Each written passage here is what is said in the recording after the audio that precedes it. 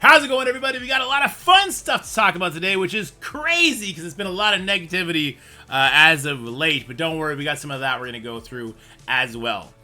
But this is something very near and dear to me. It's something I've been lobbying for very hard in the Envoy program, so please allow me this moment to just be happy.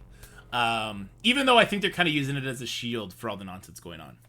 Apocalypse Saga improvements. That's right, he's going to be made more attainable for new and mid-game players that haven't already gotten him, which I think is fantastic. It's well overdue. Let's read this and we're going to explain what the end result is. So, the Marvel Strike Force landscape continues to evolve, and as it does, we'll review our content to adapt to the changing needs. I've been screaming this for so long. Apocalypse is like, he should just be considered Dark Dimension 6, Skrull 7, Mephisto 8, and the coming Professor X would be Dark Dimension 9, right?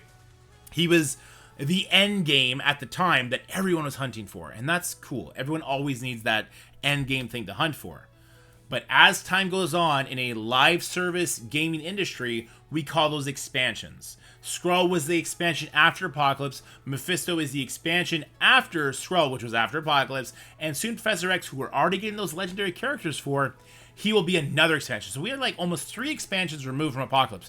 It is high time to make these changes, so I'm super happy they will. With that said, there's going to be a few people that are going to scream, cry, and moan that people are now going to be getting Apocalypse for an easier time than they did. Tough titties, guys. This is a game.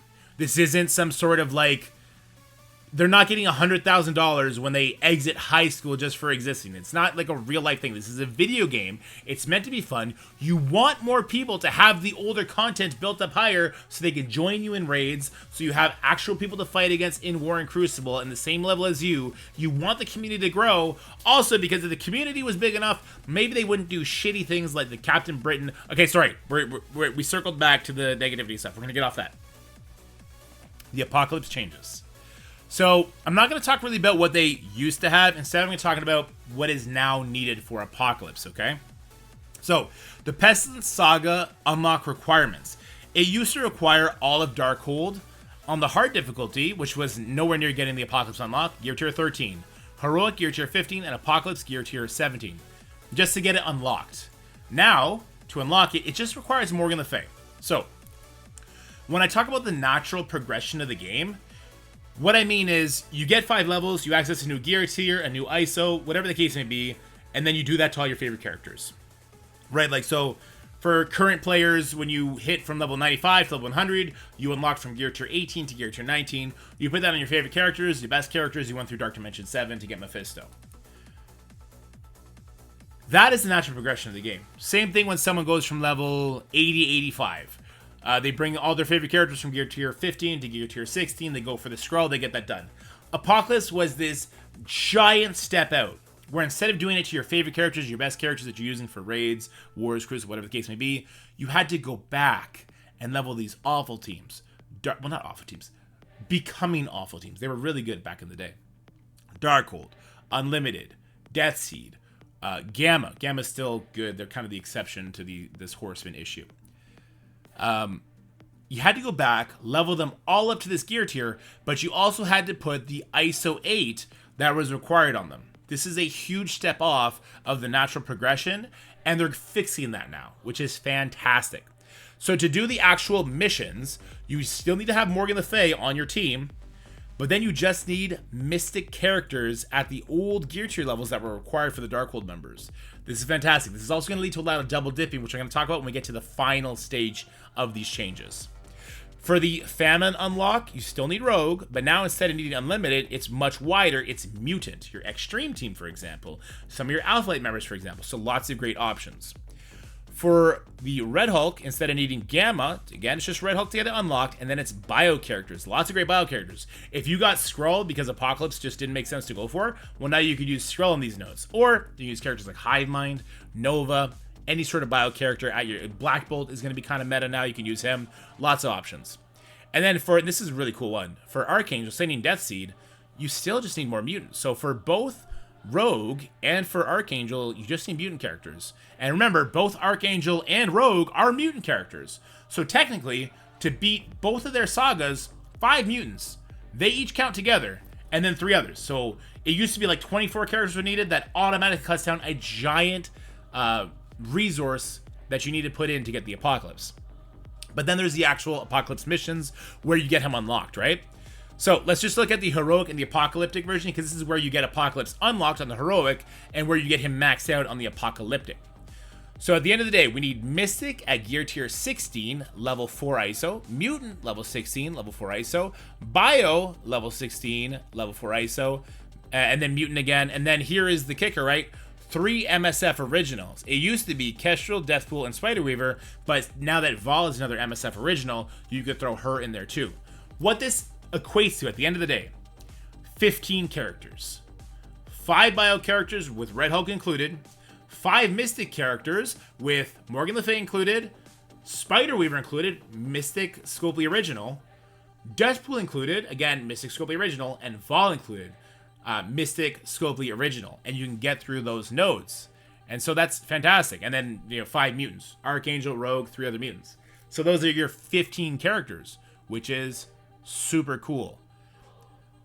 Where this becomes a little bit off the path of what is norm for like Dark Dimension progression as the game progresses is you need to do those ISOs. But I'm just being honest with you guys, the way they've been giving out ISOs in like milestones and stuff like now, it's not that big a deal to bring up the 4 extra Horseman characters to level 4 or level 5. And then you're still just putting level 4, level 5 ISOs on whatever your favorite characters are that you're going with them. So the question becomes, when we go in game here, right? So say I have Red Hulk, I can go in there. I can't do it because I need to have the Gamma characters. But when I could get into these nodes, and this, by the way, is where you get like the costume and the awakening abilities and that kind of stuff. It's not until you do the Apocalypse saga that you actually get them unlocked. But for the sagas themselves, when I go in here with Gamma and my 4 Bio characters, people are concerned. These nodes were tailor-made for Gamma. Can these other teams actually get it done? If I bring in different characters that were not, made with these nodes in mind, am I just gonna get skunked? Should I still just build up the Gamma team instead? And the answer is emphatically no. You should not still just build up the Gamma team. As time progresses in this game, stats go crazy, especially speed stat. So when I think about the Gamma team, besides Red Hulk, really slow. If I go in there with Hive Mind instead, and I do Void Knight flip on people, and somebody gets flipped a defense up to defense down, Red Hulk hits them, Carnage passive goes crazy, the enemies never get a turn. So not only does this make the resources make a lot more sense, I think it's actually going to make the actual nodes that much easier. So I am super excited for this change, and I am very, very, very happy about it. So this was a good decision. Scopely did make some bad decisions, so we got the sugar out of the way, guys. We're going to get a little silly now, and then we're going to get a little salty after that. We're going to get silly with Sword Satellite. So Sword Satellite had a couple issues, right? Now, Sword Satellite entered the game, and it only had 40 floors. It didn't have floors 41 through 50. My advice to them at the time was let it run for the rest of the day, let people get their first day of milestones, and then end it, start the new one with the additional floors added. They said, nah, hold my beer. This is what ended up happening. Upon the release of Sword Satellite, a technical issue was identified, which prevented players from accessing the final 10 floors. The team deployed a fix, not the one Dorky suggested, mind you, but this also affected the points earned from each floor. To ensure that all players have a chance to unlock the same milestones as those we were able to before the change, the team has adjusted the milestones so players can also achieve the same progress.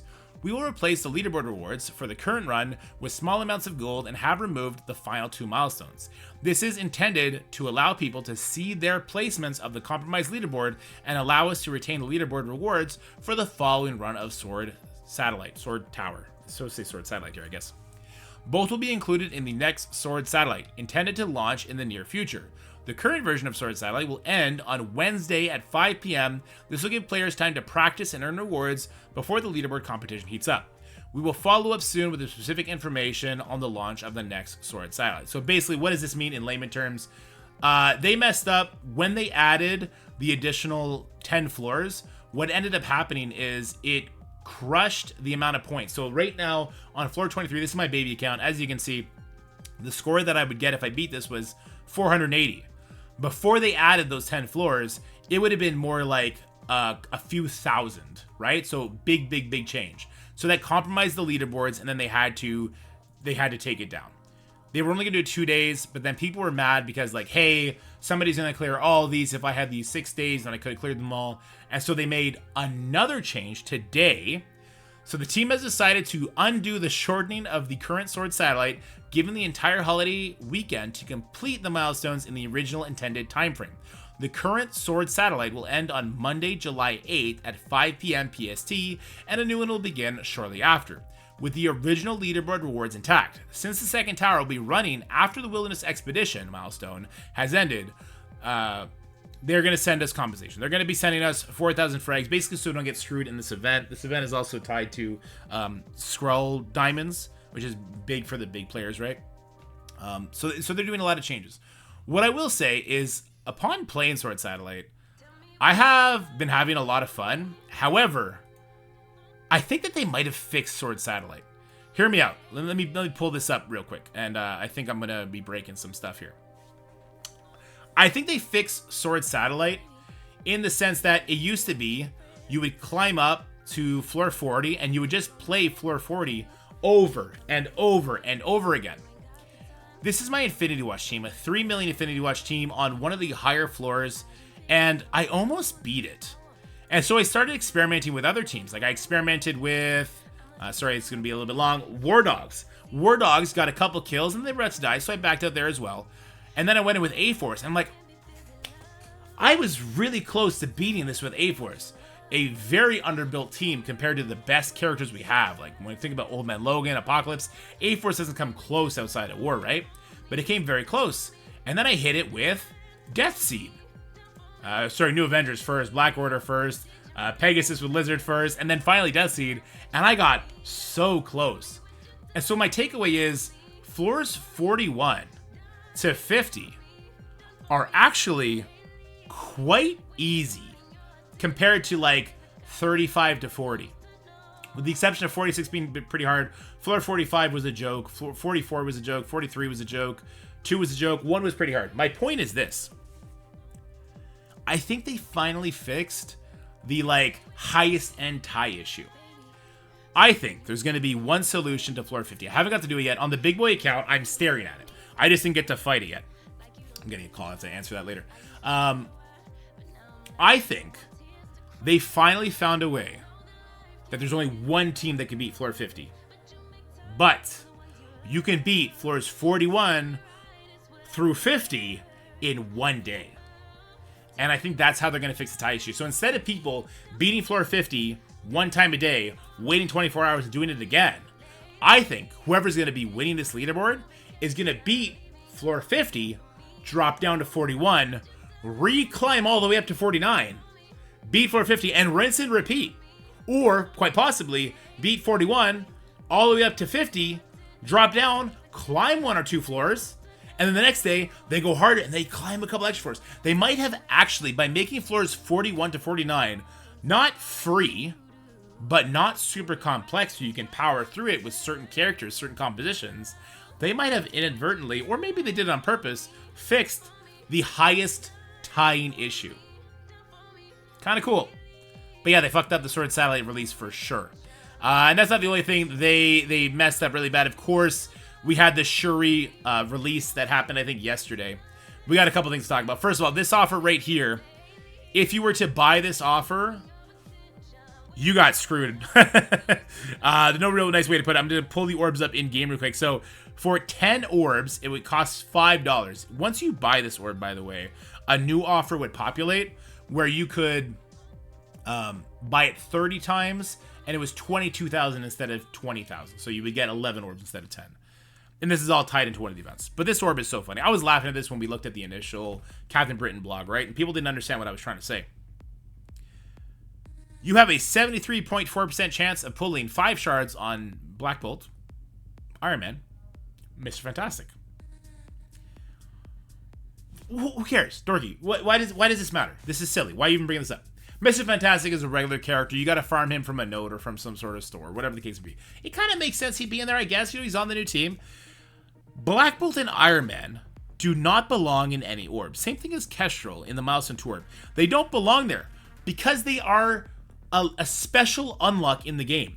The Black Bolt event gives you it gives you the 7-star Black Bolt on the dot. So it doesn't matter what kind of shards you get from this orb if you don't have Black Bolt finished yet. Unless you get exactly 300. Because at the end of the day, or more than 300, at the end of the day, there's nowhere else you're going to get Black Bolt shards beside that orb and this event. It makes no sense that legendary characters would be in that orb. It makes no sense that Kestrel's in the Milestone 2 orb because you get her 7 stars from beating Dark Dimension 1. It makes no sense. And the chance of getting Shuri is so low. What you're really doing when you're buying those orbs or getting those orbs is you're getting 1 shard at a time from here. So we got the 1 free claim Shuri orb, and I got the 1 shard, right? That's what everyone's probably going to be getting. Those orbs are trash. They're an absolute scam, but they're not really the only scam. So if we go back and we cycle through to the Shuri offers, a couple spenders are pissed. Couple of spenders are pissed, and rightfully so. So they said this were going to be the best offers that we've ever had in Marvel Strike Force. The problem with that is the best value. Sorry. The problem with that is there's a lot of context in value that they don't share with us. Is the context that, you know, buying Shuri shards also equates to working your way towards the Captain Britain unlock? Is that value that they're inserting on the price point per shard? Because if I scroll back here, you know, 310 shards for it's $125 American. Technically, in recent times, that is the highest shard to dollar amount, right? Like before Scopely, they had some that were better back in the days. I'm not necessarily saying those companies were better or did better offers because we had different problems back then, i.e., legendary characters not being available to everybody first try, which is kind of what Captain Britain is, right? So it's kind of funny. But there's context where you could argue these offers are the best dollar per value equation. Fine. I don't agree. What I will say is we've never had an offer 5 stars for 125 American. That's never happened before. It's normally 4 stars for $100 American. So for 25 bucks, you're getting like an additional 130 shards from what their current norm is. So take that for what it is. The problem is there's awakened abilities for Captain Britain. And they didn't tell us that those awakened abilities were going to come in the form of a pop-up offer. So, before you buy any Shuri offer, you will not see any sort of awakened ability offer. It doesn't exist. When you buy a Shuri offer, when you get Shuri unlocked, that's when the awakened ability pops up, and it is the same thing as this one here, $50 American for 120 Shuri shards, and there's also the awakened ability. Some people bought this offer, $125 for 310 Shuri shards, and then they got that offer popped up, and that offer is useless to them. Well, it's not useless. It'll get them the 6-star eventually after the free-to-play model, right? But they don't care about 6 stars. They only wanted to guarantee the 5 stars. But now they have to spend an additional $50 to get the awakened ability on Captain Britain, and a lot of people are not buying Shuri for Shuri. They're buying Shuri for Captain Britain, right? A lot of people that don't buy character offers don't want to miss Captain Britain. They're going to buy it. I know a lot of you are going to clown on them in the comments. Try and distinguish what players do and what Scopely is trying to force people to do. I understand that they feed into Scopely, allowing them to do it more in the future. I get all that. Let's try and keep the infighting to a minimum.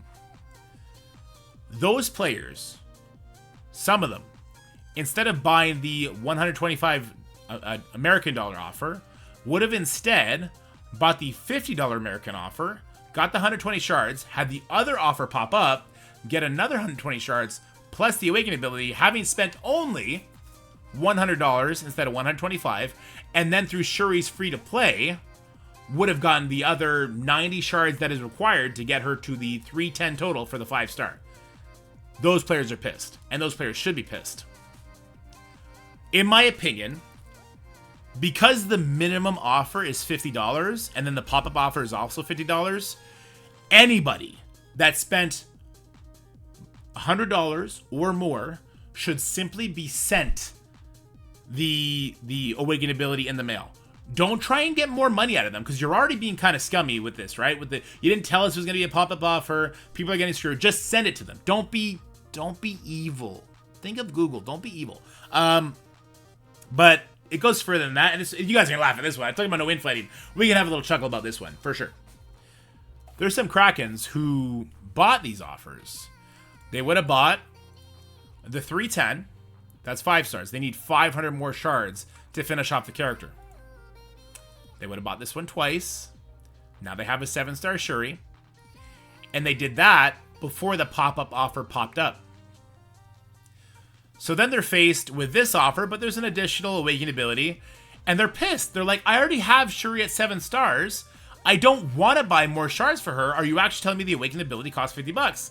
And those players went to support, and support said, yeah, you filthy Kraken. You thought we didn't give a shit about the other players? We don't care about you either. We want you to spend $50 on that awakened ability. Get to it, nerd. Now, Scopely is in talks. They're trying to figure out what they will do. I hope they... My other big ask, if you will, you did the Apocalypse big ask, thank you. The other big ask is do right by the people that do spend, that do support the game. Anyone who spent $100 or more, give them the damned awakened ability. Just do it. Alright guys, so this video, we had a little bit of sugar, we had a little bit of salt, we had a little bit of laughs. I hope you enjoyed it. I know I enjoyed making it. As always, stay happy, healthy, have fun. Look forward to some more great Sword Satellite videos coming out in the near future. But for now, that's it. Bye-bye. That's it for the video, guys. I hope you enjoyed it. If you did, make sure you like, share, and subscribe. Stay happy, healthy, have fun, and I'll see you in the next one.